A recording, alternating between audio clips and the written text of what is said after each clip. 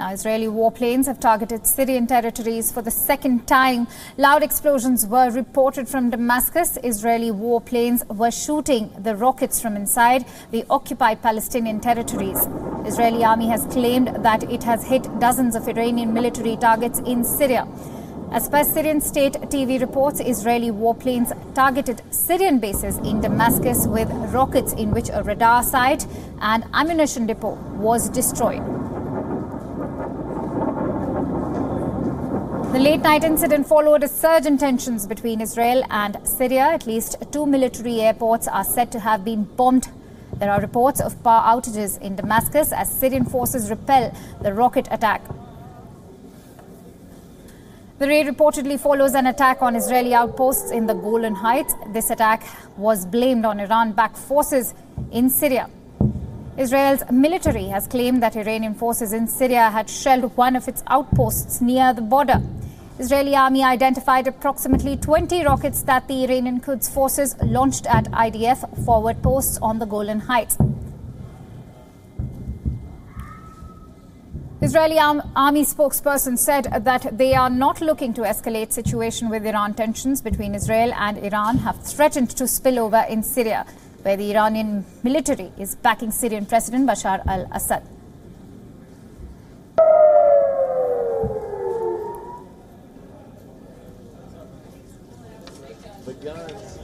Meanwhile, defending Israel's action, White House Press Secretary Sarah Sanders has said that Israel has sovereign right to defend itself. She added that Iranian forces' attack at Israeli territories show that Tehran regime cannot be trusted. We should do exactly what we do every day, and that's come to work and do the very best job that we can. And to bring us more details on this news story, I'm joined in by our international correspondent, Mr. Ramesh Ramachandran. Let's quickly go across to Ramesh. Ramesh, how do you see this escalating further?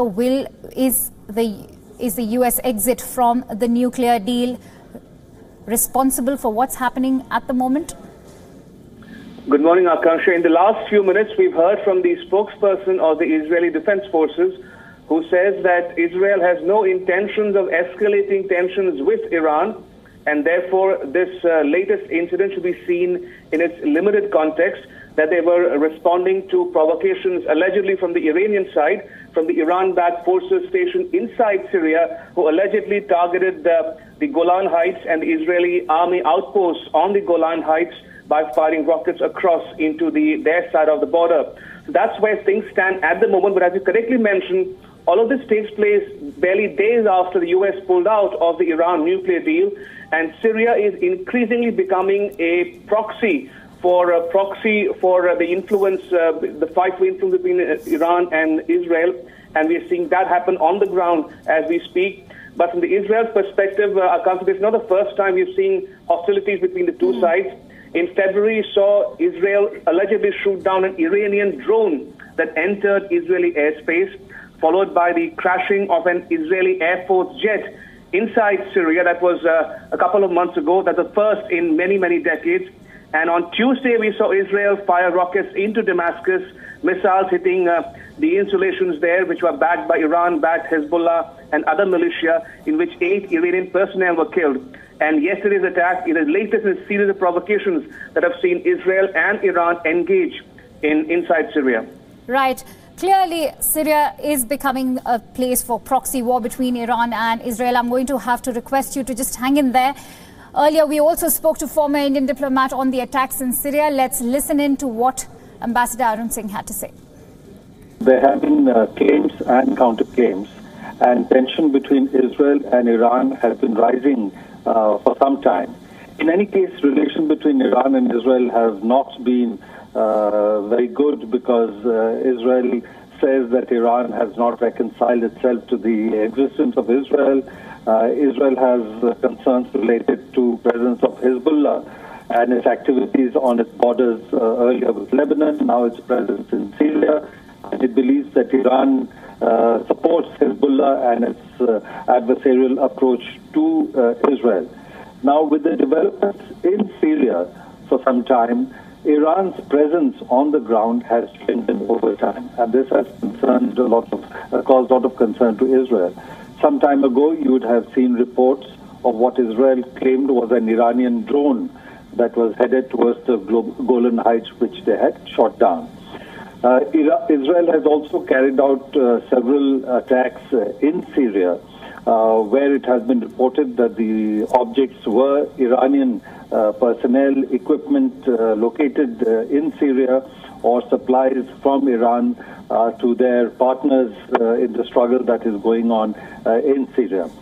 So in the context of that, and with President Trump's decision related to Iran and going away from the Joint Comprehensive Plan of Action, which has been very strongly supported and welcomed by Israel, there was an anticipation that tension could rise in the region, that both sides could look at escalating things in a bit to make their point.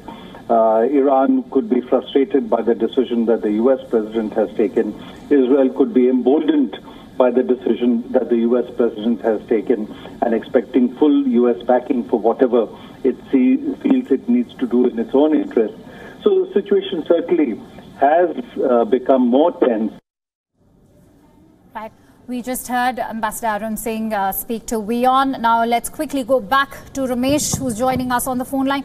Ramesh, Israel targeted Syrian bases even as Israeli Prime Minister Benjamin Netanyahu was in Moscow for the Victory Day celebrations yesterday. It would be important to ask, why has Russia allowed Israel to strike its ally Syria?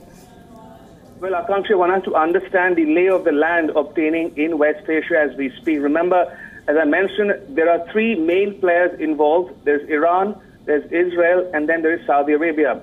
Now, both Israel and Saudi Arabia are allies of the U.S., and we've seen the U.S. intervene in Syria for the last many years, but which has only emboldened and strengthened the hands of Russia and Iran in the region, and that has not gone down well with the U.S. and its allies.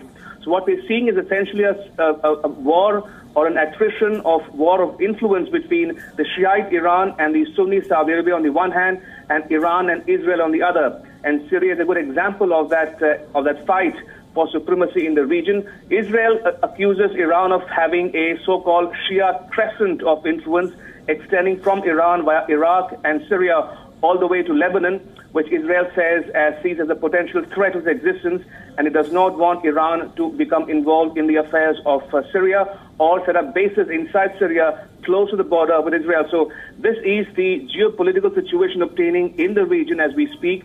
As you correctly mentioned, Netanyahu was in Moscow for the Victory Day celebrations, and Israel and Russia have been coordinating very closely in managing the affairs of Syria. But Russia has since pulled out majority of its troops from Syria. So it remains to be seen how Russia chooses to play its cards in the days ahead.